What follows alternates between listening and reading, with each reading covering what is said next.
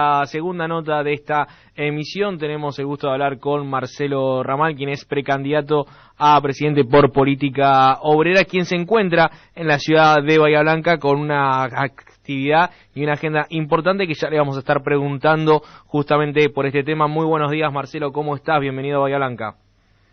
¿Qué tal? Buenos días, muchas gracias.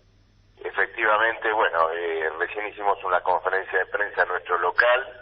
Estuve también visitando algunos medios de la ciudad desde muy temprano importante para que toda la población de Bahía conozca cómo ve Política Obrera este momento tan crucial para la situación de los trabajadores, de los jubilados, de toda la población que de alguna manera enfrenta hoy una crisis social y económica muy profunda. Y justamente ¿cuál es la mirada que tiene Política Obrera respecto a esta situación que vive el país y especialmente el clima político diametralmente opuesto a lo que se ve el termómetro en cuanto a lo climatológico, con 2 jornadas muy frescas aquí en Bahía, pero bastante caliente porque ya comienza la recta final de la elección para las primarias y también después de lo que fue la elección en Santa Fe, que ha demostrado la realidad de las encuestas donde tuvieron un error muy grosero, ¿no? Sí, efectivamente. Creo que, esta elección de Santa Fe ha mostrado un retroceso muy importante del peronismo y del gobierno, retroceso que ha sido capitalizado por una oposición derechista que difícilmente pueda darle una salida a las inmensas inquietudes que están relacionadas con la caída del salario, el aumento de la pobreza, la caída en el valor adquisitivo de las jubilaciones, cuestiones que cuando uno escucha los planteos de quienes quieren gobernar después del 10 de diciembre, no tienen otra carta en la mano que agravar justamente esta crisis social, consolidando el avance de la precarización laboral, de la pérdida de conquistas jubilatorias, en función de, enjugar una bancarrota financiera y del propio Estado, que indudablemente no es responsabilidad de los trabajadores, sino que es el resultado de una larga política de rescate a grupos capitalistas. Marcelo, y te pregunto, ¿qué es lo que requiere justamente Política Obrera para superar las PASO, más allá del 1,5, cuánto se traduce en votos nominales? Alrededor de 400.000 votos es lo que necesitaríamos para transitar ese desafío. Lo que hoy es importante mencionar es que estas PASO efectivamente son como una prueba, una preselección de las fuerzas que se van a ganar el derecho a luego poder participar de la elección general. En un momento donde las conquistas y el derecho al trabajo se encuentran tan amenazadas, nos parece importante que el elector vea el mérito de que esta agenda que hoy coloca Política Obrera en discusión, la lucha contra la precarización laboral, contra la miseria social y otras cuestiones muy graves como es la situación de una guerra internacional, que también tiene consecuencias sobre la humanidad trabajadora, que toda esta agenda esté presente en la elección general votando a Política Obrera. ¿Y qué diferencia o por qué debería uno que se decante por un voto de la izquierda trotskista, elegir a Política Obrera y no al Frente de Izquierda de Trabajadores, que incluso ya tiene una representación parlamentaria y demás, y por ahí uno puede llegar a pensar que está más asentado electoralmente? Que el elector haga un balance de esa actuación parlamentaria, del lugar que ocupa hoy esa izquierda en el escenario político, que no es para nada relevante, que se encuentra en retroceso, y que considere el mérito de votar una fuerza que está enfocada en la agenda agenda de las necesidades de las masas, de los problemas reales que pasan, sino en una interna feroz, como la que hoy focaliza los esfuerzos del Frente de Izquierda, que carece de principios claros y que solo se refiere a un reparto de posiciones parlamentarias y de carácter superestructural. ¿Y cuáles son las propuestas, por lo menos que vos me dirías, las primeras 3 leyes que presentarías en caso de tener ingreso parlamentario, de tener superar obviamente las PASO, pero incluso después las exigencias que se requieren para tener como mínima un escaño en el Parlamento y ya empezar a trabajar desde ese sector? ¿Cuáles son las leyes que hoy proponen desde Política Obrera y medidas ejecutivas también? Bueno, en primer lugar, la abolición de todas las formas del trabajo precario, la legalización de los derechos laborales con la sola denuncia del trabajador, la percepción de un salario que cubra la canasta familiar con el propio salario básico y no atado a cláusulas extorsivas de presentismo, de productividad. Y luego, y sobre la base del rechazo de la deuda usuraria que sufre la Argentina, el desarrollo de un gran plan de obras públicas que asegure el derecho al trabajo, resuelva cuestiones urgentes vinculadas con el derecho a la vivienda, a la infraestructura escolar, sanitaria.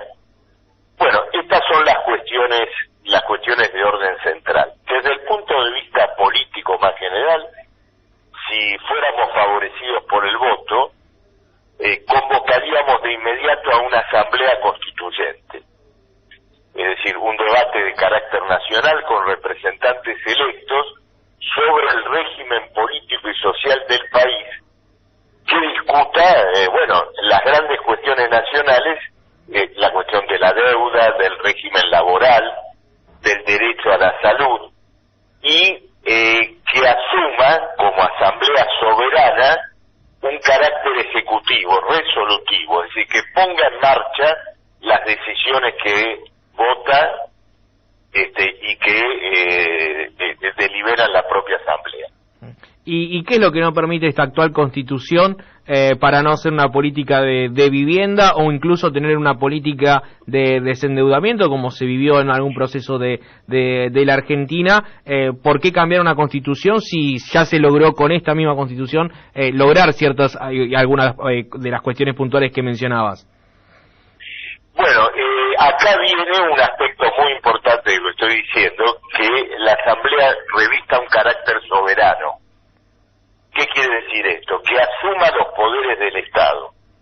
Y entonces, más allá del aspecto, digamos, declamativo, ponga en marcha las decisiones que tome. Por ejemplo, reordene toda la economía nacional a partir de reconocer un salario que cubra la canasta familiar.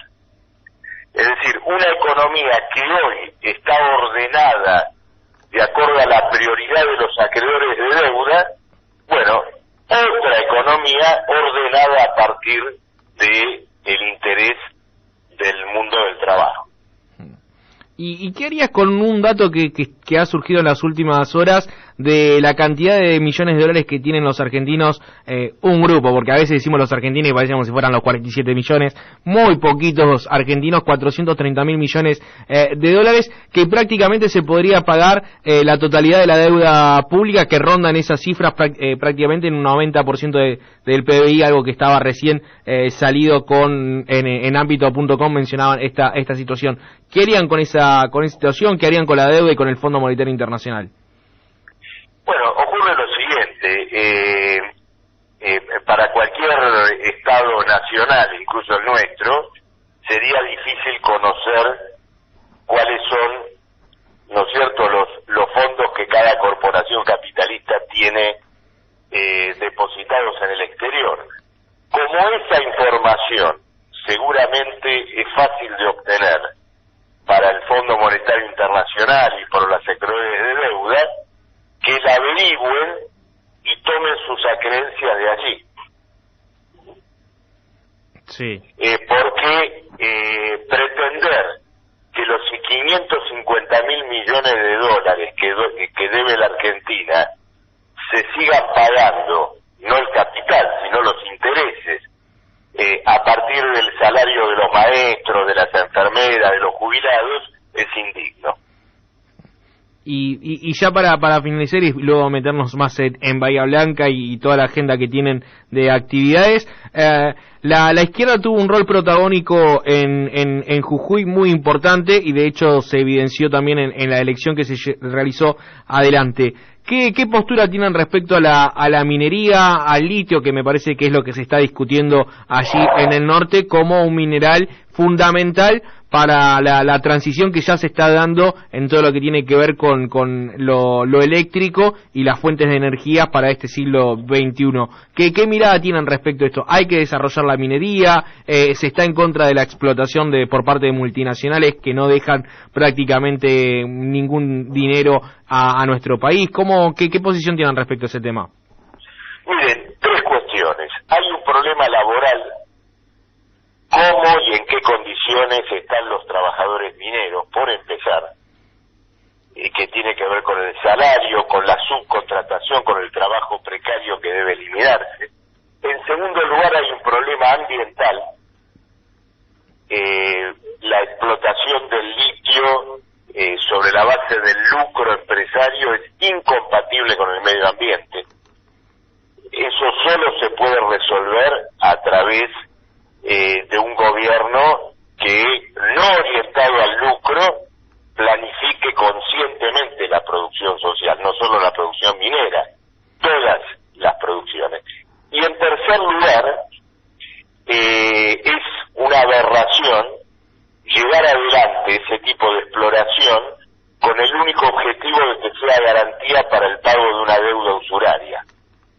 Entonces, estoy tocando tres aspectos: laboral, ambiental y la cuestión de la deuda, que están envueltas, ¿no es cierto?, en torno del problema del litio. Sí. Y aparte que la reforma, ¿qué rol tuvo la política obrera respecto allí? Sabemos la izquierda, pero bueno, la izquierda está muy segmentada. Por supuesto, rechazamos la reforma, pero quiero decirle lo siguiente: la rebelión de los trabajadores de los pueblos del pueblo de Jujuy no debe ser autoproclamada por nadie. Como parte de la izquierda no me atribuyo la rebelión de Jujuy. Creo que ha tenido un alcance, una proyección política más amplia, y todavía el pueblo de Jujuy, como todo el pueblo argentino, debe encontrar una orientación política superadora que hoy indudablemente todavía no ha sido abrazada por el pueblo argentino. Entre otras cosas que nos diferencian de la izquierda, ya que usted me lo preguntó antes, sí, es que rechazamos la autoproclamación y el autobombo. La izquierda argentina es una fuerza minoritaria aún. Debe ganarse el derecho de ser, de ocupar un lugar dirigente entre los trabajadores.